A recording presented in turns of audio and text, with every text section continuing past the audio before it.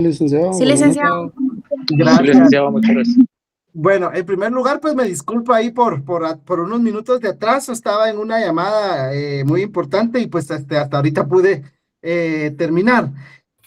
Pues gracias, Vania, muy amable. Entonces, pues jóvenes, el día de hoy, pues yo voy a tener el gusto de compartir con ustedes pues una clase de repaso, ¿verdad?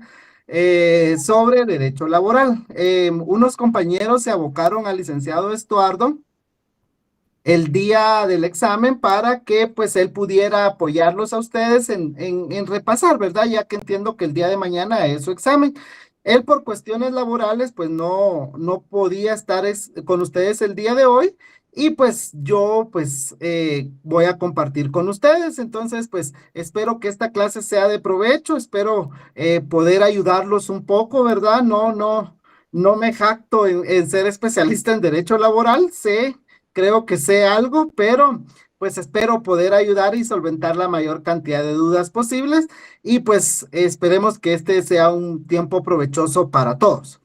Entonces, por ahí yo pedí que me hicieran favor de compartir la pantalla, ya que si yo la comparto después es un poco complicado, no los veo y así. Entonces, yo le envié la presentación a una compañera, la que preparé para el día de hoy, y si me hicieran favor de compartir la pantalla o la presentación para que podamos ir en orden y que también esa pantalla, esa presentación les pueda servir a ustedes, la compañera, pues espero que se las comparta para que les sirva a ustedes de material de apoyo y de estudios para su examen. Entonces, en el momento que compartan pantalla, pues empezamos con esta clase de repaso, ¿verdad? Buenas noches, licenciado. Yo le voy a hacer favor a la compañera de presentar el material que Excelente. Gracias, gracias. mucho gusto. A usted gracias por el apoyo, Lick. No, yo con mucho gusto, jóvenes. Créanme que la docencia me gusta bastante. Entonces, pues yo encantado, ¿verdad? Y pues si puedo apoyar, con mucho gusto. Entonces, por mí feliz. Y pues veo que hay más de 60 compañeros, entonces eso me alegra bastante, ¿verdad? Bueno, 69 allá. Entonces, eso me alegra, ¿verdad? Porque pues creo que no por mí, sino por ustedes mismos, creo que hay un interés en aprender. Entonces es importante que aprendamos. La pantalla, perdonen. Dele, compañero, usted tómese su tiempo ahí. Muy bien. Entonces, bueno, ya que el compañero está compartiendo pantalla, yo les voy a pedir, compañeros, que por favor tengamos a la mano código de trabajo y código procesal civil y mercantil. Insisto, código de trabajo y código procesal civil y mercantil. Entonces, yo les voy a pedir que ustedes, por favor, también me ayuden en leer algunos artículos que vamos a ir viendo, ¿verdad? Repito, código de trabajo y código procesal civil y mercantil. Me dijeron que el tema en el que necesitaban, pues, el apoyo el día de hoy era relacionado al juicio ordinario laboral. Eh, Todos acá ya llevaron el curso de teoría general del proceso y como el licenciado Estuardo lo ha dicho en la clase, el que sabe civil sabe las demás áreas del derecho. Y como ustedes se van a dar cuenta, el derecho laboral está íntimamente o bastante relacionado al derecho procesal civil y mercantil. Entonces, lo que hemos visto en derecho procesal civil nos va a servir para... solo compañero, estamos viendo ahí su chat, se lo comento para que, por si hay algo ahí que no quiera que veamos, ya lo vimos. Entonces, es importante, ¿verdad?, que tengamos claro lo que ya sabemos de procesal civil para ir entendiendo lo de procesal laboral. No obstante que ustedes ya lo vieron, hoy solo es un repaso, ¿verdad? Hoy no, se supone que no venimos a aprender, sino a terminar de entender o que nos sirva de repaso a lo que ustedes ya vieron. Entonces, en ese sentido, ¿qué fue lo que dijimos? Y les decía de teoría general del proceso, porque si entendemos qué es proceso, cuáles son los principios del proceso y todo eso, lo mismo se aplica en todos los juicios, porque un juicio, un proceso, ya dijimos que es un conjunto de etapas. Lo que cambia de un proceso con un procedimiento es cómo se desarrolla cada una de esas etapas de ese proceso. Entonces, el proceso hay proceso laboral, proceso civil, proceso penal, procesos administrativos. Lo que va a cambiar es el procedimiento en cada uno de esos procesos, ¿sí? Pero si entendemos qué es proceso, sabemos que, como ya lo dijimos en civil, proceso es un conjunto de etapas que se desarrollan en un órgano jurisdiccional. ¿Y qué es lo que busca un proceso? Solucionar un conflicto. Ese conflicto se da en virtud de una relación. Cuando hay una relación, va a surgir, o casi siempre, o por lo general, surgen conflictos. De toda relación surgen conflictos. Cuando hablamos de civil, por ejemplo, hablamos de la relación de matrimonio, de la relación de parentesco, de los contratos, pero cuando hablamos de laboral, estamos hablando de la relación que nace del trabajo, ¿verdad? Y entonces, en el trabajo tenemos a dos elementos importantes, a dos personas importantes, que sería el patrón y el trabajador. Entonces, por lo general, un proceso laboral lo que va a buscar es solucionar un conflicto entre patrono y trabajador, ¿verdad? Entonces, si queremos decir, si a ustedes les preguntan en su examen qué es proceso laboral, ustedes pueden decir, es un conjunto de etapas que se desarrollan en un órgano jurisdiccional que va o que busca o que tiene como objeto o que tiene como fin, perdón, dilucidar o dar solución a un conflicto de carácter laboral que surge generalmente entre patrono y trabajador. Y fíjense que dije generalmente. Entonces, si el conflicto, si la relación es patrono-trabajador, de esa relación, de ese conflicto, es el mismo que vamos a llevar al órgano jurisdiccional para que le dé una solución. Pasemos a la siguiente diapositiva, compañero. Ahí está. Entonces, ¿quiénes son las partes procesales? ¿Se recuerdan que hablamos en civil que hay sujetos procesales y partes procesales? Cuando hablamos de sujetos procesales, son todos los que intervienen dentro de un proceso. Dentro de los sujetos procesales, podemos mencionar al juez, podemos mencionar a los testigos, podemos mencionar a los terceros, pero las partes procesales son dos, el actor y el demandado. Y como ustedes ven ahí, aparece la Inspección General de Trabajo con un asterisco, porque en algunas ocasiones la Inspección General de Trabajo también puede ser parte procesal. Entonces, si yo les pregunto, ¿quién es el actor de un proceso laboral? ¿Quién me dirían ustedes que es el actor? El trabajador. Sabía que eso me iban a responder y es falso. En principio, También el... adelante. ¿La demanda? También puede ser el patrono. Porque podría ser Patrono, trabajador. Si a puede ser ustedes el patrono por incumplimiento de contrato del empleado. por no dar el aviso, por ejemplo, si yo voy a renunciar, tengo que dar un aviso. Recuerdan ustedes, si yo no lo doy, el patrono me puede demandar por no haber dado ese aviso. Entonces, justamente, cuando a ustedes les digan quién es el actor, no se vayan con la idea o con la finta, dirían por ahí, de decir que el actor es el trabajador, porque no siempre el trabajador es el que plantea la demanda. A veces puede ser el trabajador, el patrono, o en algunos casos puede ser el propio sindicato, o en algunos casos puede ser la Inspección General de Trabajo. Entonces, el actor, ¿quién es el actor entonces? ¿Quién me puede decir entonces quién es el actor? El que presenta la demanda. El que presenta la demanda, exacto. Es aquel que acude al órgano jurisdiccional solicitando la declaración de un derecho o solicitando la tutela judicial, ¿sí? Ese sería el actor, aquel que va al órgano jurisdiccional y presenta su pretensión, aquel que solicita que se le otorgue la garantía legal que la ley le otorga. Ese sería el actor. Y el demandado en el mismo sentido.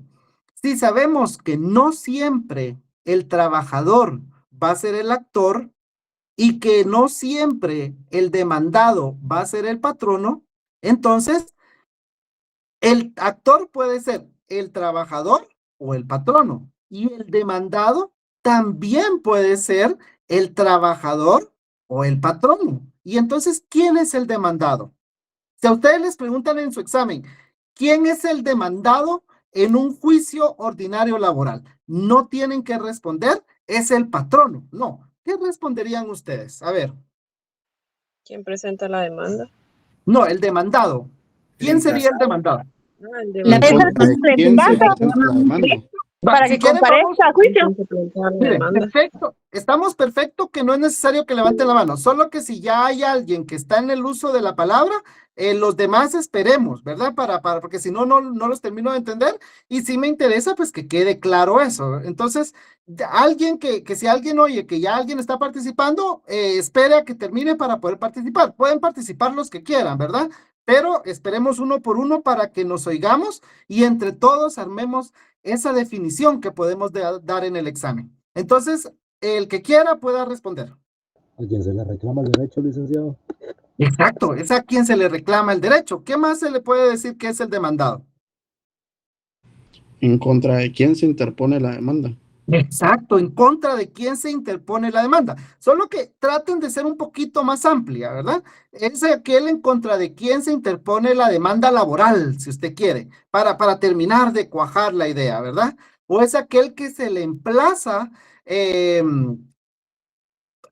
solicitando el cumplimiento de la pretensión, ¿verdad? Porque ya sabemos lo que es la acción. La acción es ir ante el órgano jurisdiccional y la pretensión es lo que yo pido. Entonces, el actor, su acción es ir al órgano jurisdiccional, presentar su demanda y en su demanda van a ir sus pretensiones. ¿Y a quién le voy a pedir yo que cumpla con esas pretensiones? ¿A quién le voy a decir yo al juez que le obligue que cumpla con esas pretensiones? Al demandado. Entonces yo, como lo dicen los compañeros, el demandado sería aquel a quien se le exige el cumplimiento de la pretensión de la demanda, pudiera ser, de la demanda laboral, ¿verdad? Tratemos de terminar de ponerle, yo tenía un licenciado que me daba clase que decía, terminemos de ponerle nombre y apellido, decía él, no dejemos a medias, aunque parezca redundante y redundante y redundante, si ya sabemos que estamos en laboral,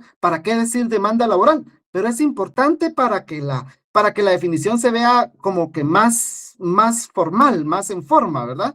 Más formada la idea. ¿Estamos? Entonces tenemos al actor y al demandado. Ellos son las partes procesales. Sin embargo, de conformidad con el artículo 280 del Código de Trabajo, tenemos que la Inspección General de Trabajo también puede ser parte en los juicios ordinarios laboral. ¿Alguien que me haga favores de leer el artículo 280, por favor?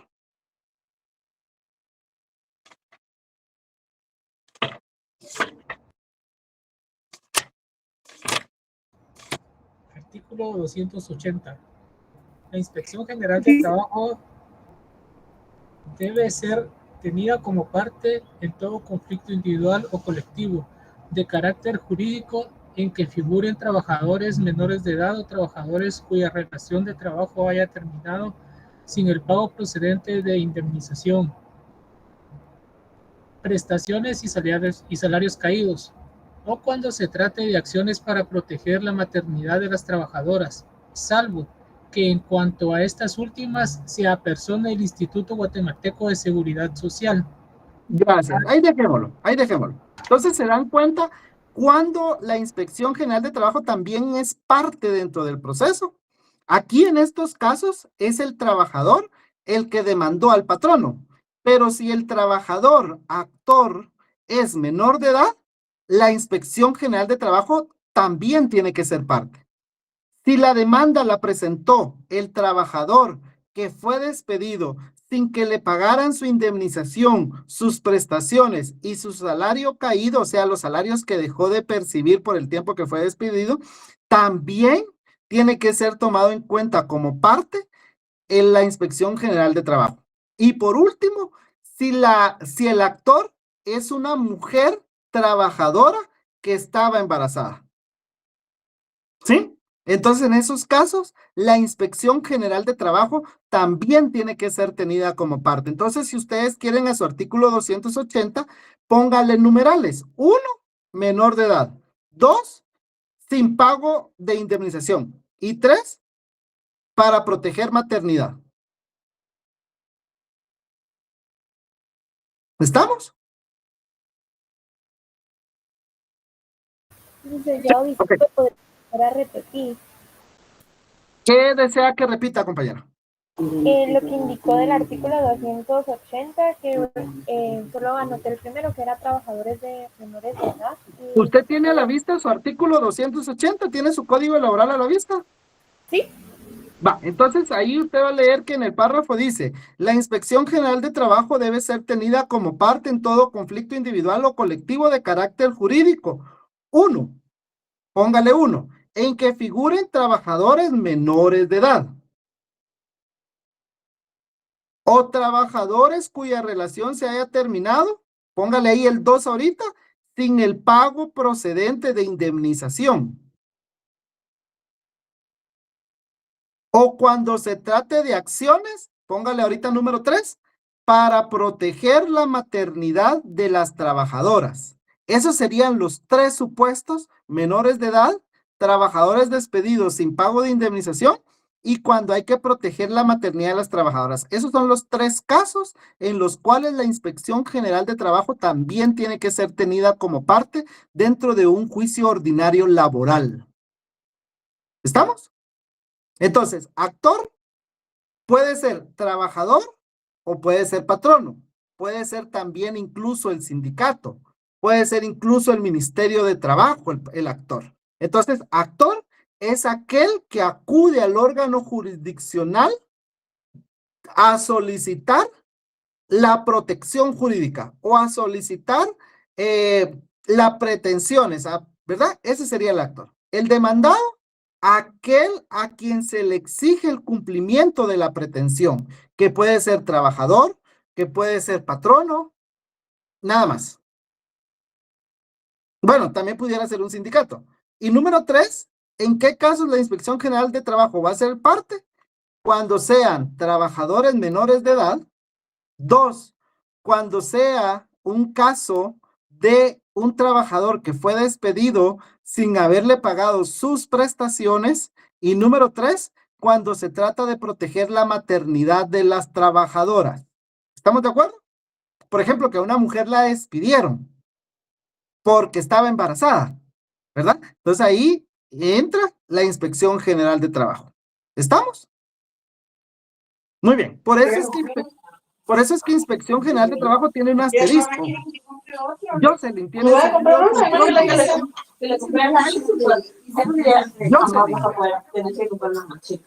Jocelyn. Ahí está. ¿Estamos de acuerdo? Bueno, entonces pasemos a la siguiente diapositiva, compañeros. Ahora, como recordamos, todo proceso tiene principios, ¿sí? Ya en teoría general del proceso vimos algunos principios, ¿sí? Vimos ahí cuáles son los principios, pero los principios específicos del juicio ordinario laboral son estos. Hay otros que vamos a ver más adelante, pero estos son los que más me interesan ahorita. Y entonces tenemos que los principios serían oralidad, impulso de oficio, inmediación y sencillez. Esos los podemos encontrar, ahorita les digo. Uy, me perdí, espérenme. Aquí está. Estos los encontramos en el artículo 321. Alguien que me lea, por favor, el artículo 321 del Código de Trabajo. 321.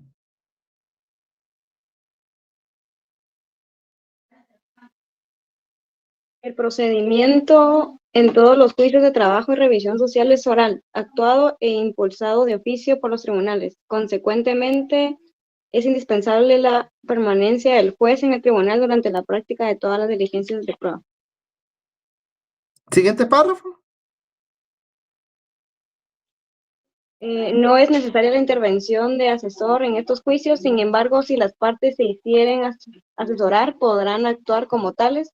Ahí Ah, dejémoslo, ahí dejémoslo, ahí dejémoslo. Gracias, Catherine, muy amable. Entonces, veamos el 321 que ya nos hizo favor Catherine de leer. Dice, el procedimiento en todos los juicios de trabajo, primero, es oral. Entonces, por eso, principio de oralidad. Si usted tiene su código a la mano, póngaselo ahí a mano, miren. Yo aquí lo tengo a mano en mi código. Si lo pongo en el cuaderno, se me olvida. ¿Para qué voy a leer mi cuaderno y después voy al código? No, todo anótelo en su código. Sobre todo que creo que ni les dejan usar código. Y si les dejan usar código para el examen, ya se rellenan, ahí tienen anotado todo. Pero si no, cuando usted esté leyendo su ley, usted va a ir leyendo estos principios. No obstante que el artículo lo dice, le es más fácil a la mente recordar, lo hice a mano, lo puse a mano, entonces le va a ser más fácil recordarlo. Entonces, veamos, dice, el procedimiento es oral. Tenemos el principio de oralidad, porque todos los procesos son orales. Actuado e impulsado de oficio. ¿Verdad? No es, porque recordemos que el proceso laboral es tutelar del trabajo, del trabajador, perdón. Siempre va a buscar los juzgados, el proceso laboral va a buscar la protección del trabajador. Entonces, los juzgados, los tribunales de trabajo, no tienen que esperar a que el trabajador solicite que se abra prueba, no tiene que esperar que solicite. Hay cosas que pueden ser pedidas de oficio, pero si no las pide, el tribunal tiene la obligación de seguir con el trámite del juicio. No tiene que esperar a que el trabajador se lo solicite o que cualquiera de las partes se lo solicite. Si es necesario abrir a prueba, hay que abrir a prueba. Si es necesario señalar segunda audiencia, el tribunal tiene que señalar segunda audiencia. No es necesario que se lo pidan. Por eso es impulsado de oficio o el principio de impulso de oficio. ¿Sí? A diferencia de la mala idea que se tiene del juicio civil, que se dice que el juicio civil es rogado, porque hay que pedirle al juez. La demanda sí es por el principio dispositivo en civil, sí hay que pedirlo al juez, pero de todo lo demás, la ley dice que el juez lo tiene que resolver sin solicitud. Pero aquí es más claro todavía, aquí no hay lugar a dudas. ¿Por qué se da esto? Por la tutelaridad que tienen que tener los tribunales con el trabajador. Entonces, es actuado e impulsado de oficio.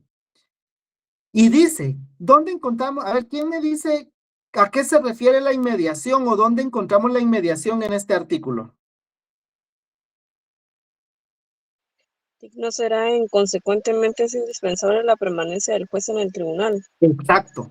La inmediación se refiere a que el juez tiene que conocer por sí mismo todas las actuaciones y estar presente en cada una de las audiencias que se realicen. A eso se refiere la inmediación, que el juez va a estar presente.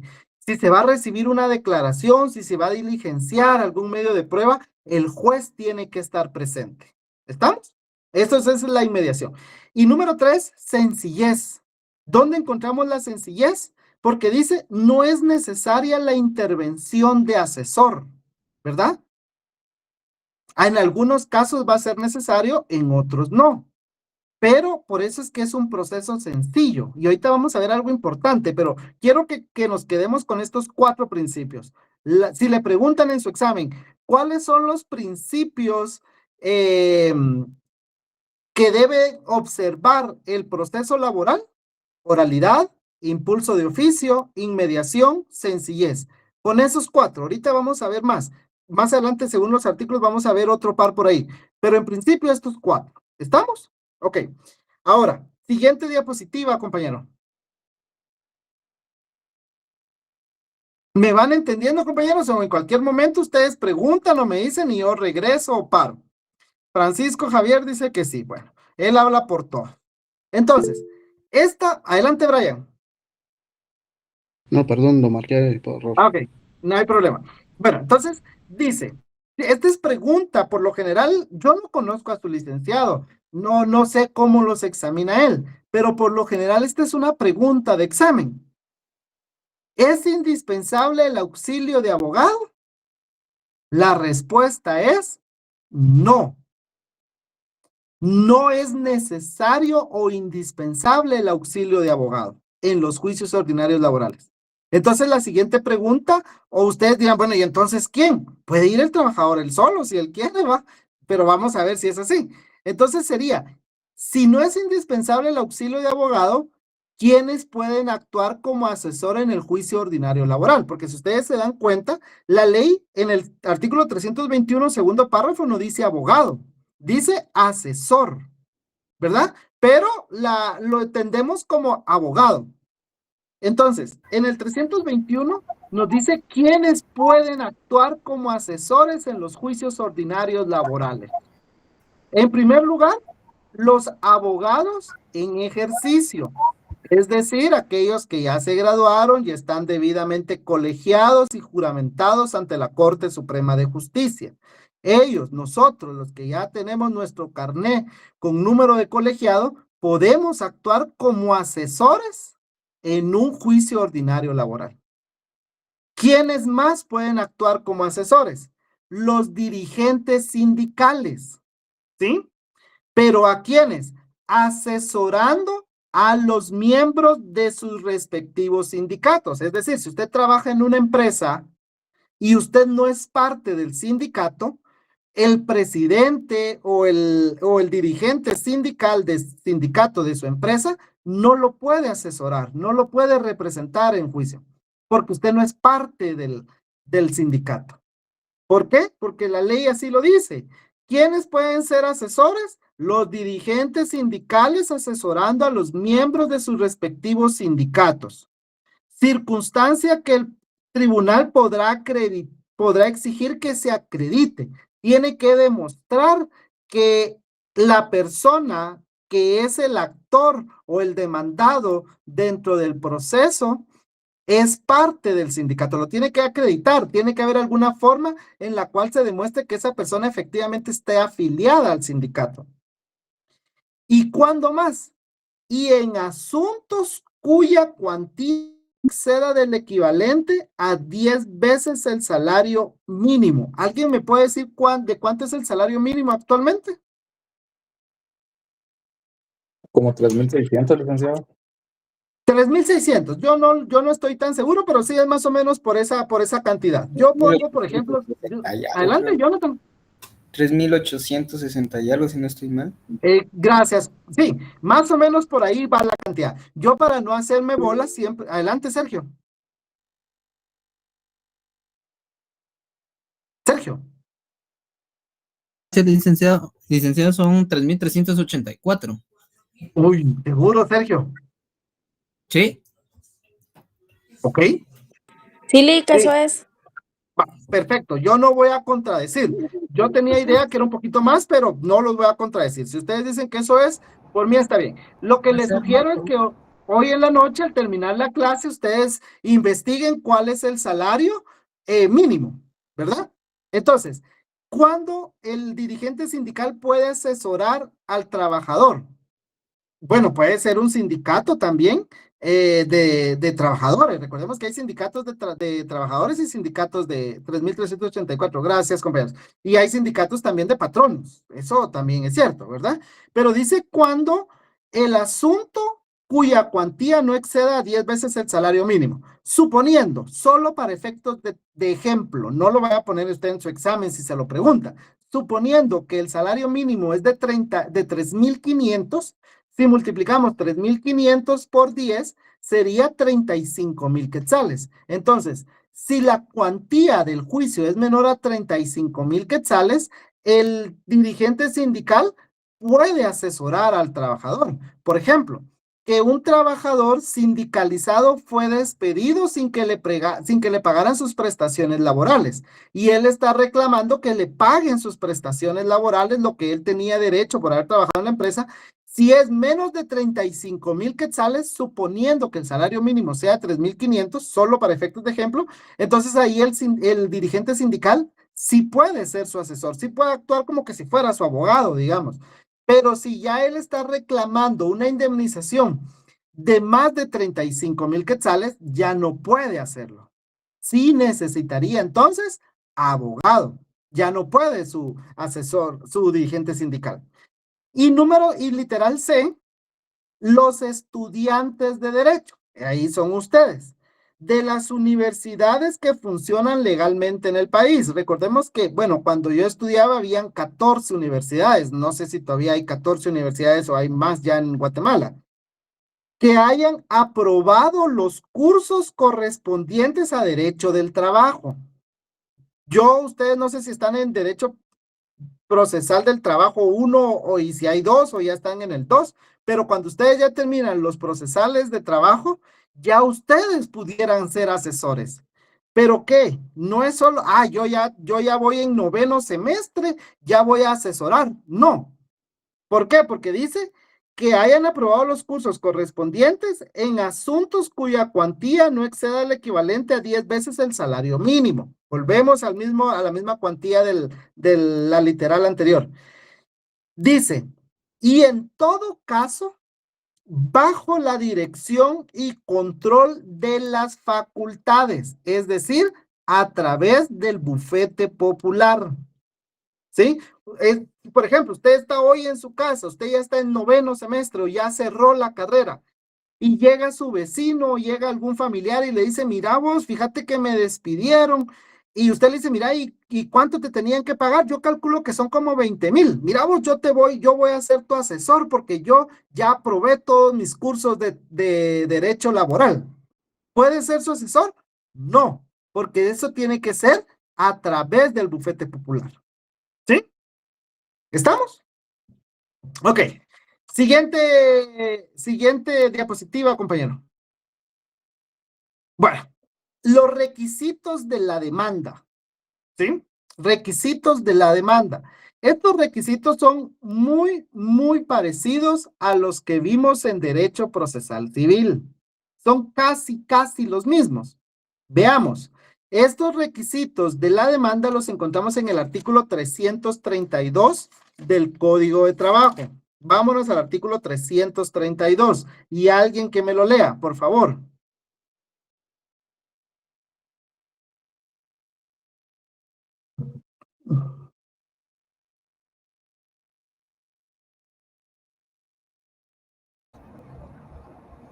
Artículo 332.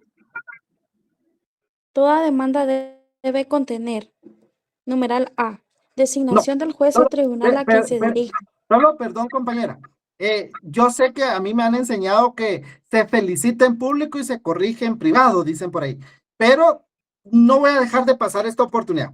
Cuando la ley indica A, B, C o D, son literales. Si dijera 1, 2, 3, 4, sí es numeral, ¿verdad? Entonces, digamos, literal A, literal B, literal C. Solo denme 10 segundos, por favor.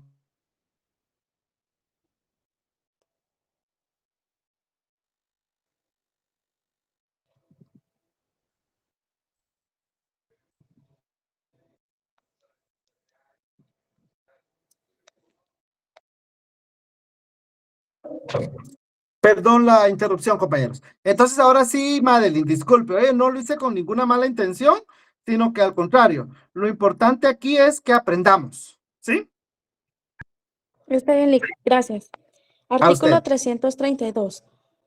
Toda demanda debe contener, literal A, designación del juez o tribunal a quien se dirija, literal B, nombres y apellidos del solicitante, edad, estado civil, nacionalidad, profesión u oficio, vecindad y lugar donde recibe notificaciones, literal C, relación de los hechos en que se funda la petición, literal D, nombres y apellidos de la persona o personas a quienes se reclama un derecho o contra quienes se ejercita una o varias acciones e indicación del lugar en donde pueden ser notificados.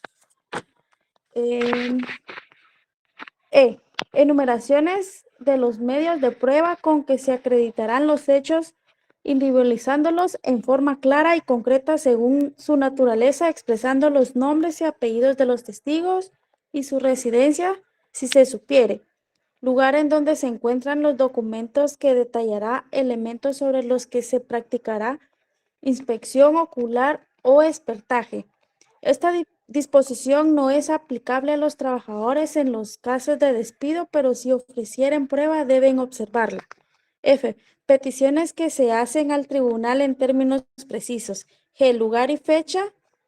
Y H. Firma del demandante o impresión digital del pulgar derecho u otro dedo si aquel faltare o no tuviera impedimento o firma de la persona que lo haga a su ruego, si no sabe o no puede firmar.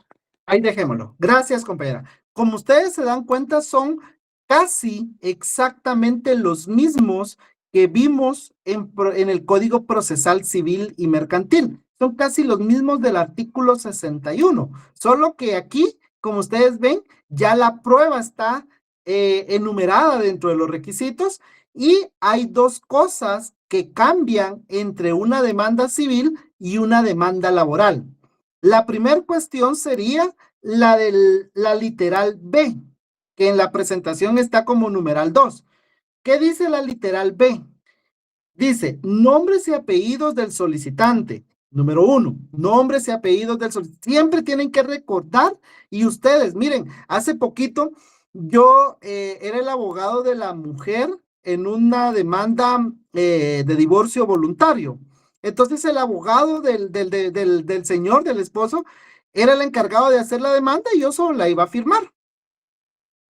3 veces, la verdad es que soy hasta mala onda por no hacerlo, pero yo ofrecí hacerlo, obviamente iba a cobrar por hacer el memorial, no quisieron, pues yo me limitaba a firmar el memorial.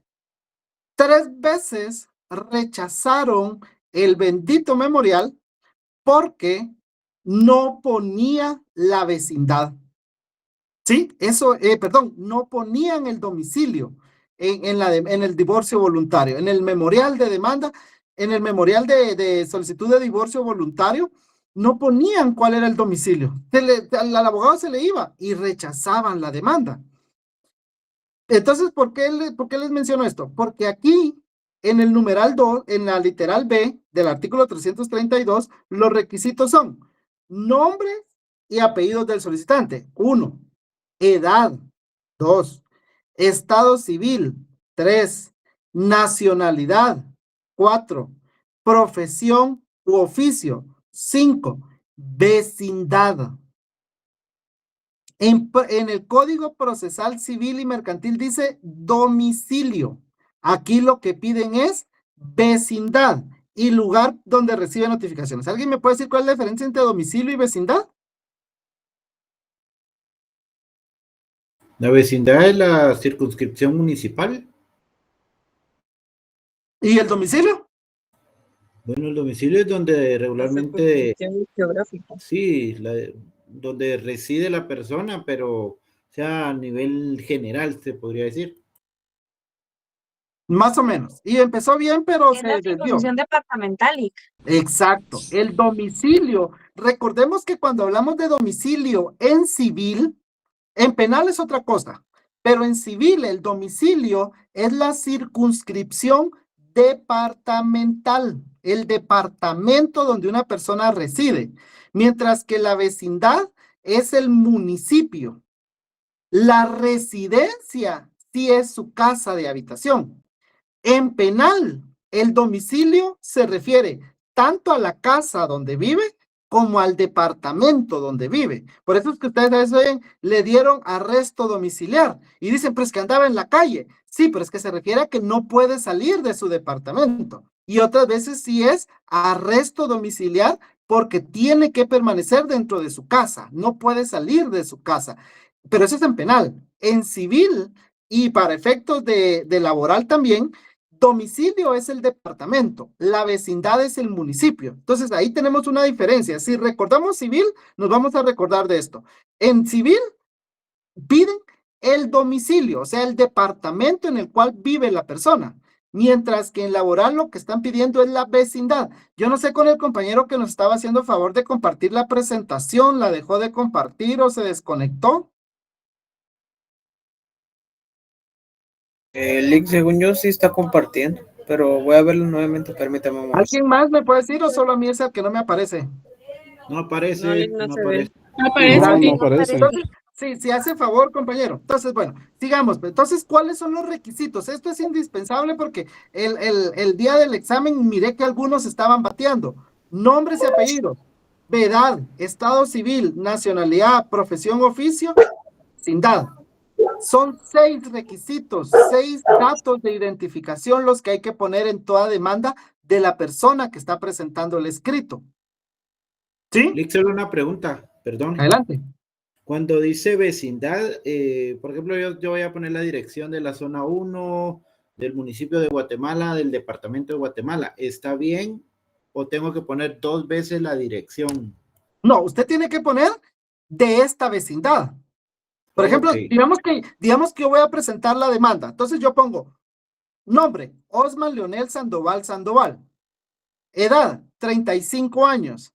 Estado civil, soltero. Nacionalidad, guatemalteco. Profesión u oficio, abogado y notario. Vecindad, de esta vecindad. Con eso es suficiente. O puedo poner con vecindad en el municipio de Guatemala. Solo que yo no tengo que ir poniendo edad, estado civil, no. Yo solo pongo Osman Leonel Sandoval Sandoval, de 35 años de edad, soltero, guatemalteco, abogado y notario de esta vecindad. Así nada más. Excelente, Lick, gracias. Si estuviera en civil, pone de este domicilio. ¿Sí? O puede poner con domicilio en el departamento de Chimaltenango, en el departamento de Escuintla, en el departamento de Zacatepeques, ¿verdad? Si usted va a presentar su demanda en el municipio de Guatemala, pero usted reside en el municipio de Villanueva, entonces usted tiene que poner con vecindad en el municipio de Villanueva, ¿verdad? No puede poner de esta vecindad porque está presentando la demanda en el municipio de Guatemala y usted vive en Villanueva, o viceversa. Usted vive en Guatemala, pero trabaja en Misco y va a demandar a su patrono que está ubicado en Misco. Entonces el juzgado, la demanda la va a presentar en el juzgado de Misco. Entonces tiene que poner con vecindad en el municipio de Guatemala, ¿verdad? Del departamento de Guatemala, para aclarar, ¿verdad? ¿Estamos? Bueno, ¿qué otra cosa aquí? Si ustedes se dan cuenta, y lo pueden leer, la idea era que lo leyéramos, por eso les dije que tuvieran su Código Procesal Civil y Mercantil, pero por el tiempo ya no nos da tiempo y el tiempo avanza. En este artículo no nos piden cita de leyes. Nosotros por costumbre, por técnica, por práctica, por lo que usted quiera, de cajón ponemos la cita de leyes, pero no es un requisito poner cita de leyes. La ley no lo establece como requisito obligatorio. En el Código Procesal Civil y Mercantil sí. Ahí sí es requisito la cita de leyes. Aquí no. ¿Sí? Pero uno lo pone. Usted lo va a poner. Usted cuando esté litigando y lleguen y le digan, mire, Lee, quiero demandar porque me despidieron y no me pagaron, usted va a poner su cita de leyes, aunque el artículo no lo diga. ¿Sí?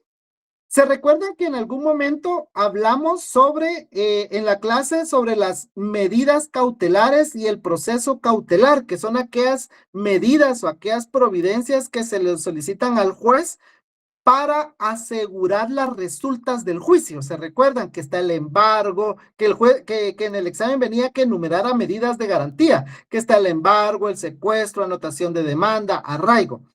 Si leemos el siguiente párrafo del artículo 332, dice, en la demanda pueden solicitarse las medidas precautorias. Entonces, cuando usted presenta su demanda, al momento de presentar su demanda, usted en esa demanda puede solicitar arraigo, puede solicitar embargo, puede solicitar la intervención. ¿Se recuerdan que la intervención recae sobre la empresa, mientras que el embargo sobre los bienes? ¿Sí se recuerdan de eso? Entonces, las medidas precautorias o las medidas de garantía las puede solicitar usted al momento de interponer su demanda. ¿Estamos? Siguiente diapositiva, compañero. Ahora, súper importante. Vámonos al artículo 326.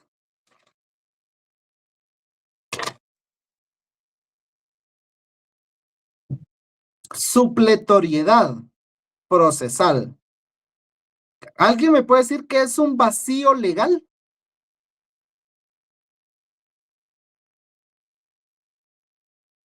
Algo que no está claro y se necesita completar. ¿Ok? ¿Está bien? ¿Alguien más?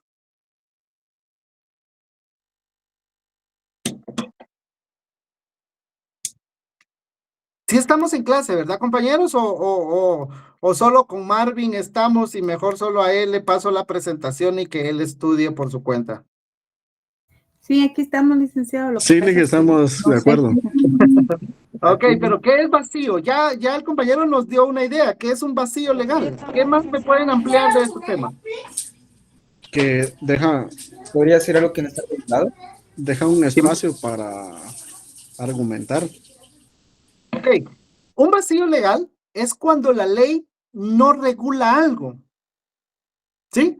Si algo no está regulado en la ley, a eso se le llama vacío legal. Entonces usted a su artículo 326 con su lapicero póngale supletoriedad y póngale también vacío legal. Porque cuando nuestro código de trabajo no regule algo, tenemos que por supletoriedad aplicar lo que otras leyes nos dicen. ¿Sí? Y entonces, ¿qué leyes vamos a utilizar para complementar el código de trabajo?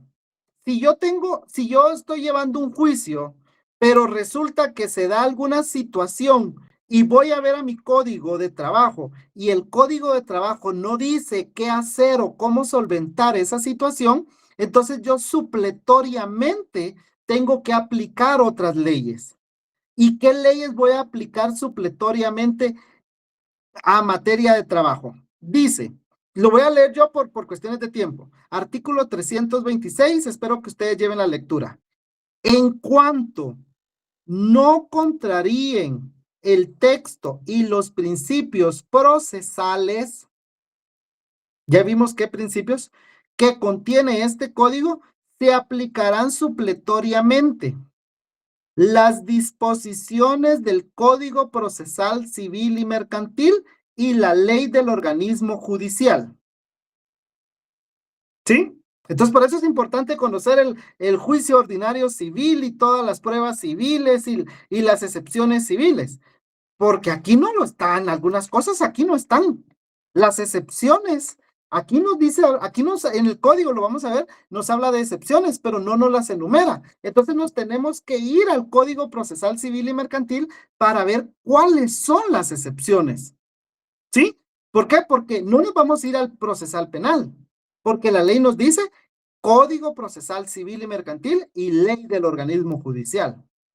Entonces, le repito, a su código en el artículo 326, póngale supletoriedad y vacío legal adjetivo, porque recordemos que tenemos normas sustantivas, que en este caso, en nuestro código de trabajo es tanto sustantivo como adjetivo, mientras que en civil la parte sustantiva es el código civil, mientras que la parte adjetiva es el código procesal civil y mercantil. Entonces, lo adjetivo es lo procesal, lo procedimental. Entonces, por eso es un vacío legal adjetivo. O sea, cuando hay un vacío legal en cómo resolver algo dentro del proceso, vamos a aplicar supletoriamente Código Procesal Civil y Mercantil y ley del organismo judicial. ¿Estamos? Sigue diciendo el artículo 326. Si hubiera omisión de procedimiento, los tribunales de trabajo están autorizados para aplicar las normas de las referidas leyes por analogía, a fin de que pueda dictarse con prontitud la resolución que decida imparcialmente las pretensiones del actor. ¿Sí? Estamos, pues. Siguiente diapositiva. Ahora sí, vámonos al trámite del juicio ordinario laboral. Aquí cada numeral es una etapa. La primera etapa es la presentación de la demanda. ¿Sí? Vámonos otra vez al artículo 332. 332. La demanda se puede presentar por escrito y verbalmente. Si la demanda se presenta por escrito, el memorial de demanda tiene que contener todos los requisitos del artículo 332. Sin embargo, si leemos el artículo 333, nos dice que la demanda también se puede interponer oralmente o de forma verbal. Dice, si la demanda se interpone oralmente, el juez debe levantar acta, ni que estuviera tirada, ¿va? Pero recuerden de qué año es nuestro código, ¿va? Tiene que levantar acta ajustándose a las exigencias del artículo anterior, ¿sí? Entonces, la demanda, la primera etapa es la presentación de la demanda. ¿Cómo se presenta la demanda? De forma escrita o de forma verbal. Si es de forma escrita, presenta su memorial llenando todos los requisitos del artículo 332. Si es de forma verbal, usted, actor, va al juzgado y le pide al juez que faccione un acta o que levante un acta, y el juez es el responsable de que esa acta contenga los requisitos que establece el artículo 332. Ahora, pregunta, ¿qué pasa en civil si la demanda no contiene los requisitos? Defectuosa. Puede presentarse una excepción de demanda defectuosa, muy bien, pero ¿qué? La ley manda, obliga al juez a algo. ¿No se le da trámite, Lic? Sí, pero ¿cómo dice la ley? Será un decreto, ¿no? Se da un decreto, pero dice, ¿qué dice? Adelante Jerusalén, o no sé quién quería hablar. Que se rechaza, Lic. Se repelan, dice la ley. O sea, Que no se da trámite. no, sí, exacto, va a repeler, va a rechazar la demanda. Si el juez, al revisar la demanda, se da cuenta que no están los requisitos que la ley establece, la ley le dice al juez, usted juez, repele o rechace esa demanda, no la acepte para su trámite, la va a rechazar. El juez va a decir, mire, esta demanda no cumple los requisitos, se rechaza de entrada. Por eso les ponía el ejemplo hace un ratito de que faltaba que en la demanda no la rechazaron 3 veces porque no ponían el domicilio de las partes. Faltaba un requisito, el juez de entrada la rechazaba. Pero ¿qué pasa en laboral? Recordemos que el proceso laboral es tutelar del trabajo, tiene que proteger al trabajador. Y por un error no puede rechazar una demanda. Entonces veamos lo que nos dice el artículo 334. El artículo 334 dice, si la demanda no contiene los requisitos enumerados en el 332, el juez de oficio, sin que se le pida, el juez de oficio debe ordenar al actor que subsane los defectos, puntualizándolos en forma conveniente, y mientras no se cumplan los requisitos legales, no se le dará trámite. O sea, en civil usted presenta su demanda y le falta un requisito, rechazada. En laboral no. Si usted en laboral presenta una demanda y le falta uno de los requisitos del artículo 332, lo que le van a interponer es un previo.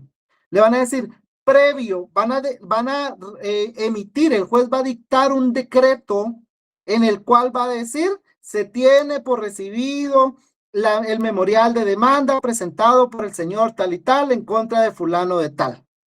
Previo, o puede poner, se toma nota del lugar señalado para recibir notificaciones, se toma nota del auxilio con el cual actúa, y pone, previo a aceptar para su trámite la demanda, se le solicita o el actor deberá subsanar los defectos de su demanda, los cuales consisten en omitió poner lugar y fecha, omitió poner cuál es su lugar para recibir notificaciones. No la va a rechazar, le va a dar un previo, le va a decir, mire, subsánelo. Ahora, suponiendo que la resolución, que la demanda no tiene ningún error, nos vamos entonces al siguiente paso, el paso 2. El juez califica la demanda y dicta su primera resolución. Vámonos al artículo 335. ¿Sí? Dice, si la demanda se ajusta a las prescripciones legales, o sea, si la demanda contiene todos los requisitos que la ley establece, el juez, ahí está en la presentación, 1, señalará día y hora para que las partes comparezcan a juicio oral.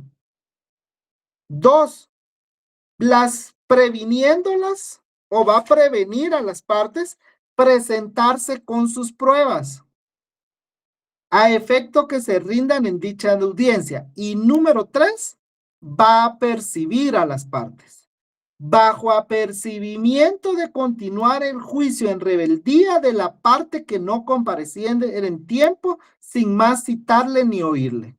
Entonces, usted presenta su demanda, el juez recibe la demanda, verifica que cumple todos los requisitos, entonces el juez dicta su primera resolución, que es un decreto de trámite, y en ese decreto, principalmente, entre otras cosas, ¿verdad? Entre otras cosas, va a resolver 3 puntos. 1, señala día y hora para que las partes comparezcan a juicio oral. 2, les va a decir que deben de presentarse con sus respectivos medios de prueba. Y número 3, los va a percibir. El que no se presente a la audiencia se le tendrá como rebelde. Ya sabemos los efectos de la rebeldía. ¿Cuál es el efecto de la rebeldía? Que el juicio va a continuar y ya no lo van a estar citando ni lo van a estar notificando. El juicio va a continuar. No porque usted es el patrono y lo demanda a su trabajador, usted va a decir, como no comparecí a la audiencia, ya gané. No, el juicio va a continuar en su rebeldía. ¿Estamos?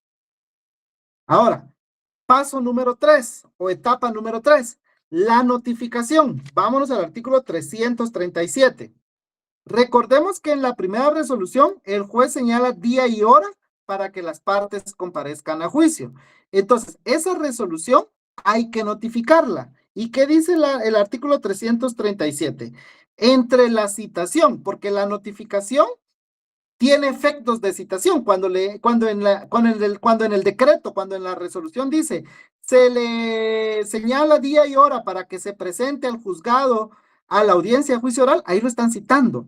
Algunos tienen la costumbre, digamos, de que por aparte le dan un oficio de citación. Eso es optativo, pero con el hecho de que le den la notificación, la cédula de notificación, y ahí vaya la copia de la resolución donde dice qué día y hora es la audiencia, usted ya está citado. Entonces, entre la citación o entre la notificación, si usted quiere, y la audiencia de juicio oral, deben de mediar por lo menos 3 días. ¿Sí? Yo ya en clase les mencioné que subrayen de colores. Miren, les muestro para que ustedes vean que no es falso. Y miren, por ejemplo, lo del artículo 337, está el plazo de 3 días y aparte yo con mi lapicero se lo puse para que no se me olvide. ¿Sí? Plazos con naranja, lo importante con amarillo y los títulos o cosas así con verde. ¿Sí? Entonces, entre la audiencia y la citación o la notificación tienen que mediar por lo menos 3 días. ¿Estamos? Etapa número 4, la audiencia.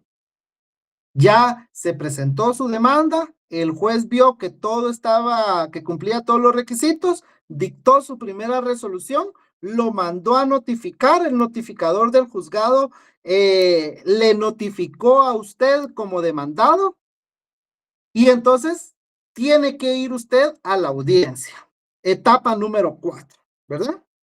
¿Qué pasa en la etapa número 4? Dice, en la etapa número 4, ¿qué es lo que va a pasar? ¿Qué es la audiencia? En primer lugar, el juez va a verificar la comparecencia. ¿Por qué el juez va a verificar la comparecencia? Porque si el juez, ¿qué es verificar la comparecencia? Es decir, bueno, el juez entra, se sienta en su escritorio, en su escritorio y dice, bueno, estamos aquí para la audiencia señalada para el día de hoy. Vamos a verificar que se encuentren las partes. Señor Juanito Pérez, ¿Usted es el actor? Sí, señor juez, presente. Muy bien. Señor Carlos López, ¿usted es el demandado? Presente. Verificó que ambas partes hayan comparecido, es decir, verifica si ambos se presentaron a la audiencia. ¿Por qué? Porque si alguno de los dos no se presenta, entonces el juez va a decir, bueno, no se presentó el demandado, se le tiene como rebelde y continúa la audiencia. ¿Sí? Entonces, en la audiencia lo primero que va a pasar es que el juez va a verificar la comparecencia, va a verificar que las partes hayan comparecido. Número 2. El juez va a darle la palabra al actor. ¿Para qué? Para que amplíe o ratifique su demanda. Veamos, el artículo 338, tercer párrafo. Dice, 338, tercer párrafo. Si en el término comprendido entre la citación y la primera audiencia o al celebrarse esta, o sea, al realizarse la audiencia, porque no se celebra ni que fuera un cumpleaños para celebrar una audiencia, se va a realizar la audiencia, pero así lo dice la ley. Si al celebrarse la audiencia, el actor ampliare los hechos aducidos o reclamaciones. Entonces, cuando están en la audiencia, el juez verifica que están las ambas partes y le dice, no leí su pregunta, por ahí había una pregunta que decía si en la rebeldía no sé qué, puede hacerla, por favor.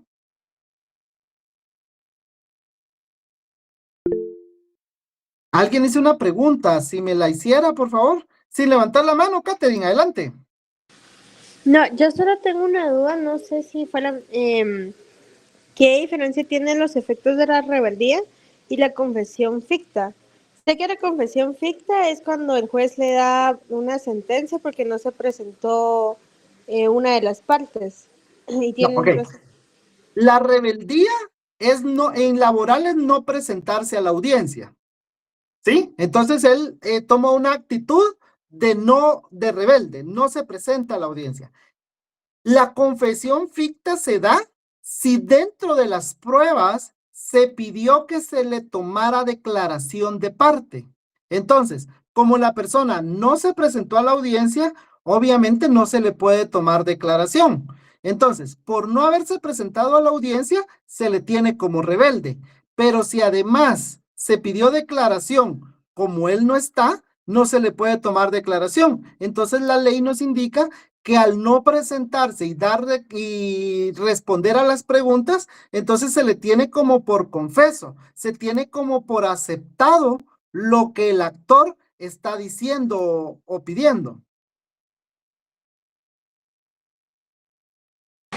Ah, ya, ok, eso era mi duda.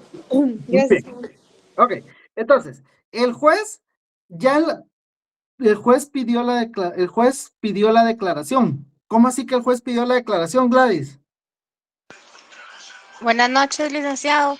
Sí, Adelante, mi pregunta es, como usted dice, ahorita la diferencia, ¿verdad? Pero si el demandado no se presentó a declarar, ¿quién lo solicitó? O sea, el juez, ¿no? El demandado. No, exacto, el actor. El actor, sí. Ah, va, Su solicita su medio de prueba. ¿Sí? Ajá. Entonces el actor es el que dice, mire, yo es como medio de prueba la declaración de parte. Ah, ok. Entonces, cuando él no llega y no responde, entonces se le tendrá por confeso. Y eso se le llama confesión ficta. Ok, está bien, gracias. Muy bien. No los voy a confundir porque también hay algo por ahí de la confesión ficta, pero quedémonos con esta idea. La rebeldía es no tomar una actitud, no responder la demanda. Mientras que la confesión ficta es no declarar cuando se ha pedido la declaración como medio de prueba. ¿Sí? O sea que, digamos, cuando la parte demandada no se presenta a audiencia, no es que se den las dos al mismo tiempo, que se dé la rebeldía y la confesión ficta. Claro que se pueden dar las dos, por eso le digo, pero no se confunda. Mire, cuando ya vea usted los medios de prueba más detenidamente y todo, tal vez lo termina de entender. Si usted quiere llegar a entender esto, la va a confundir. Entonces, quédese con la idea que yo le estoy dando. Pero sí, se pueden dar las dos, efectivamente. Porque la ley así lo dice. Se le tendrá por confeso. Lick, buenas noches. Adelante. Tal vez la compañera está algo preguntando si se cumplen las dos. Primero, si el actor lo pide que declare, ahí sí se dan las dos. Ahora, si no lo pide, solo se da una, que es la rebeldía. Exacto. Quedémonos con esa idea. Quedémonos con esa idea. Lick, tengo otra pregunta. En el desarrollo de la audiencia, ahí es donde se tiene que presentar la demanda en sentido negativo, en caso que la persona vaya a... ahorita vamos a llegar a eso. Ahorita vamos a llegar a eso. ¿Sí? Gracias, Marvin. Entonces, repito, en la audiencia el juez verifica que estén las partes. Ya vio que sí está el actor y está el demandado. Número 2, el juez le otorga la palabra al actor para que amplíe o ratifique su demanda. El actor puede decir, mire, la voy a ampliar. Fíjense que a mí me despidieron, no me pagaron mi indemnización, pero en mi memorial de demanda se me olvidó poner las horas extras. No hice el cálculo de mis horas extras. Entonces quiero ampliar mi demanda en el sentido de pedir que se me paguen las horas extras que trabajé. Entonces ahí amplió su demanda. Le está agregando algo que había omitido pedir. Entonces, ¿qué pasa si se amplía la demanda? El 338, tercer párrafo, nos dice que el juez va a suspender la audiencia y señalar una nueva, a menos que el demandado diga, no, señor juez, aunque él la haya ampliado, yo la voy a responder de una vez, voy a contestar su demanda, ¿verdad? Pero puede ser el caso que el demandante, que el actor diga, no, señor juez, no tengo nada que agregar, no tengo nada que ampliar, ratifico mi demanda, nada más. ¿Sí? Y entonces ya le dan la palabra al demandado. ¿Qué puede hacer el demandado? Presentar sus excepciones dilatorias. Aquí la ley sí le llama dilatorias, no le dice previas. Las previas son en civil. En civil le pueden llamar previas o dilatorias, pero lo más conocido son previas. En laboral son dilatorias, nada de excepciones previas, son excepciones dilatorias. Vámonos al artículo 342. Artículo 342 dice, previamente a contestar la demanda y en la audiencia señalada para tal efecto, se opondrán y probarán las excepciones dilatorias. Pero la ley no nos dice cuáles son esas excepciones. Entonces, a un lado de nuestro artículo 342, pongámosle 116 CPCIM, o sea, Código Procesal Civil y Mercantil. Las excepciones dilatorias que se pueden interponer en este juicio ordinario laboral son las que el Código Procesal Civil y Mercantil regula como previa. ¿Estamos? Sí, gracias. Y al igual que en procesal civil, que en el juicio civil, las excepciones previas, que aquí son dilatorias, se interponen antes de contestar la demanda. Entonces, el juez en la audiencia mira que están las dos partes, le da la palabra al actor y el actor dice, ¿la amplío o la ratifico? No tengo nada que ampliar, simplemente la ratifico. Entonces, muy bien, señor demandado, le doy la palabra. Entonces, el demandado tiene que decir, si quiere, presento excepciones dilatorias. ¿Qué excepciones dilatorias? Las que regula el 116 del Código Procesal Civil y Mercantil. De incompetencia, demanda defectuosa, falta de personalidad, falta de personería, falta de capacidad legal, falta de cumplimiento del plazo o condición a la que está sujeta el derecho, caducidad, prescripción, cosa juzgada, transacción. ¿Estamos? Cualquiera de esas puede presentar el demandado. Le digo una pregunta, perdón. Sí, adelante. Si en caso que se presentaran las excepciones dilatorias, me imagino que ya sea el patrono en el demandado, va a presentar el memorial de las excepciones dilatorias. Y ahí mismo van a suspender lo que es la audiencia o le van a dar seguimiento. Pregunto. Claro, ahorita le digo. 326, tercer párrafo. Los únicos incidencias y recursos que se tramitarán en la misma pieza de auto serán los que señale expresamente este código. Los demás se sustanciarán en piezas separadas sin interrumpir el proceso. O sea, el juicio va a continuar. Sí, el proceso va a continuar. ¿Qué dice el 343? El juez debe resolver en la primera comparecencia las excepciones dilatorias, a menos que al que corresponda oponerse se acoja a lo dispuesto en el segundo párrafo del artículo siguiente, lo que se hará constar, en cuyo caso el juez suspenderá la audiencia y señalará otra para la recepción de pruebas, si es que hay pruebas. Pero si no, el juez va a resolver en esa misma audiencia la excepción.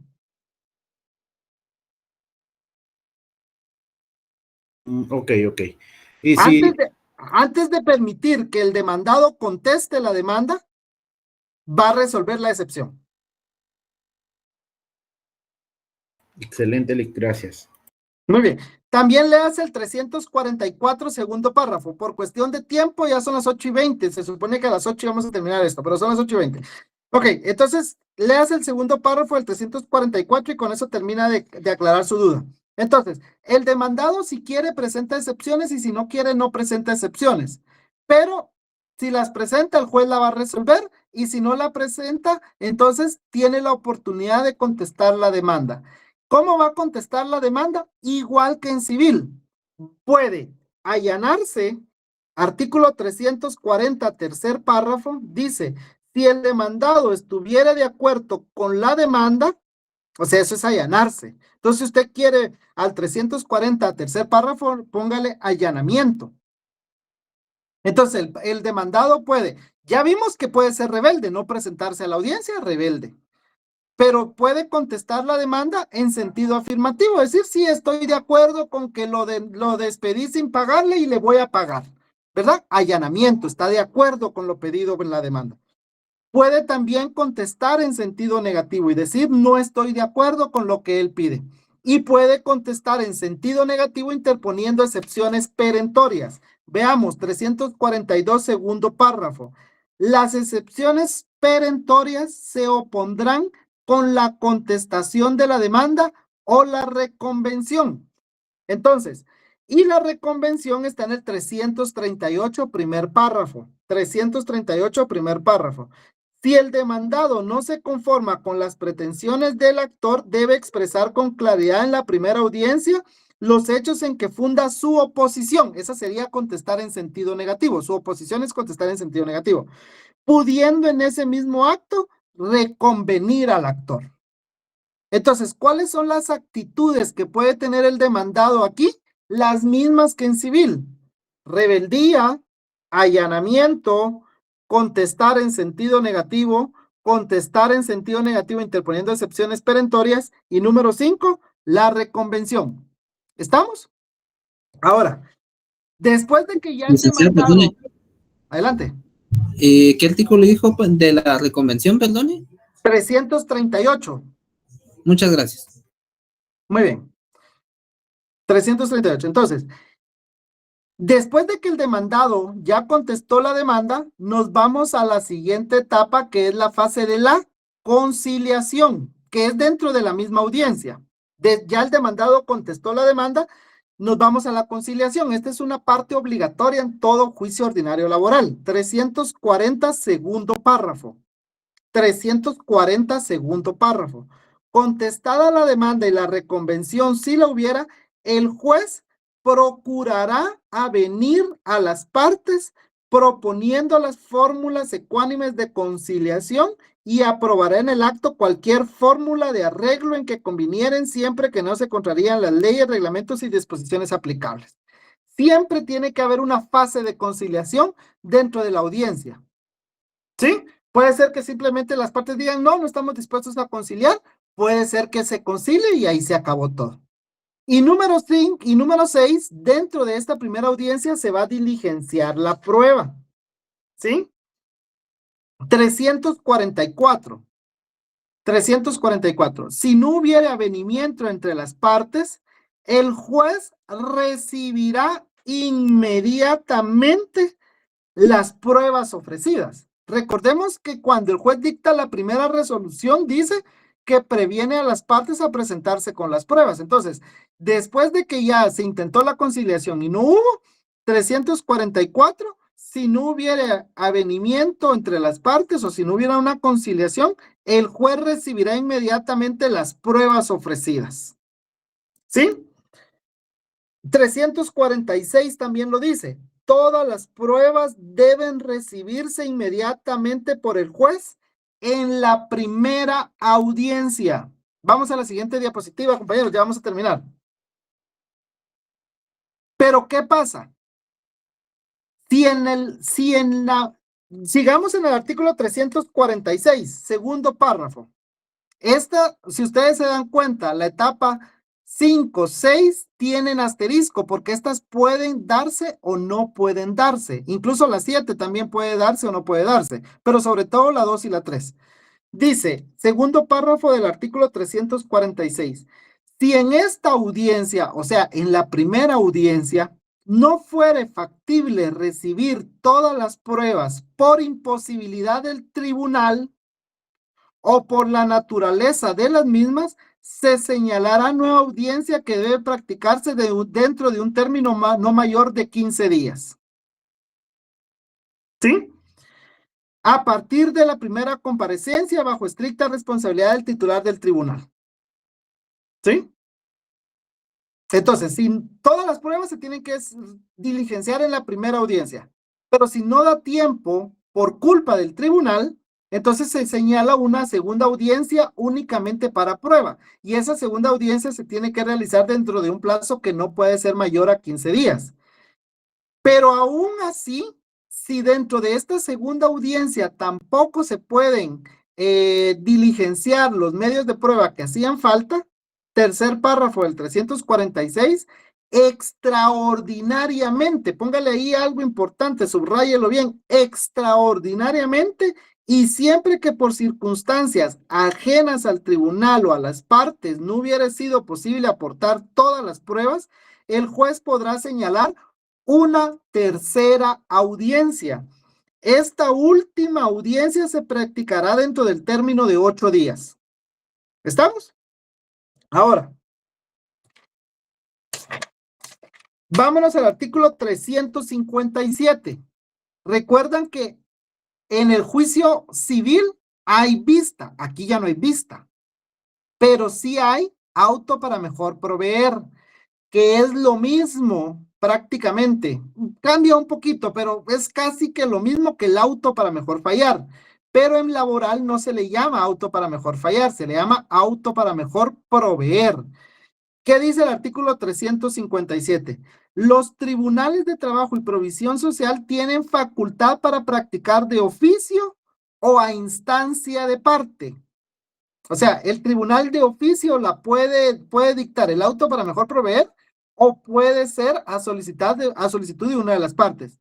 Por una sola vez antes de dictar sentencia y para mejor proveer. Por eso se le llama auto para mejor proveer y no auto para mejor fallar. Cualquier diligencia de prueba. Si nos vamos casi hasta el final, dice, la práctica de esta diligencia dice, deberá practicarse dentro de un término que no exceda de 10 días. Contra las resoluciones para mejor fallar, no se admitirá recurso alguno. ¿Estamos? Y por último, la sentencia. La sentencia la encontramos en el artículo 359. Dice, recibidas las pruebas, ya en la primera audiencia, o se tuvo que hacer segunda audiencia, o se tuvo que hacer tercera audiencia. Y dentro de un término no menor de 5, ni mayor de 10. Dentro de un término no menor de 5 ni mayor de 10, el juez deberá dictar sentencia.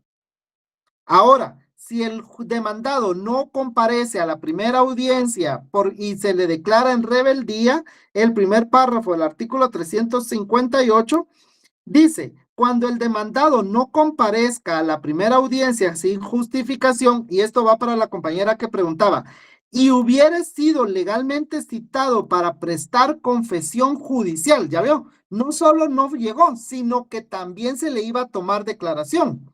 Si solo no llegó, bueno, rebelde, pero si también se le citó para que fuera a declarar, el juez sin más trámite dictará sentencia dentro de los 48 días. Entonces, por eso se le tiene como confesión ficta, porque fue rebelde porque no se presentó, pero hubo confesión ficta porque se le citó, porque el actor pidió que se le tomara declaración de parte. Se le apercibió, mire, si usted no comparece a la audiencia, se le tendrá por confeso. Entonces, él no fue rebelde, pero como también tenía que declarar y no está, entonces, confeso, el juez dicta sentencia. Siguiente diapositiva, compañeros. Compañero, por favor. Y pues éxitos en sus exámenes, en los que aún le quedan, y buena suerte para los que no estudian. La verdad, felicito a los 78 que todavía están conectados, que tuvieron el ánimo de escucharme, ¿verdad? Y pues espero que haya sido de provecho para ustedes y que algo hayan aprendido, ¿verdad? Adelante, Ari. Sí, una consulta. Gracias, licenciado. Con respecto al plazo de la sentencia en el artículo 142 de la LOC, que es que eso me confunde un poquito porque ahí dice de 10 a 15 días, pero no sé. Sí. Recuerden lo que vimos de la supletoriedad. Solo, fíjense lo que digo, pues, solo si algo no está regulado en el Código de Trabajo, nos vamos a la ley del organismo judicial o al Código Procesal Civil y Mercantil. Si el Código de Trabajo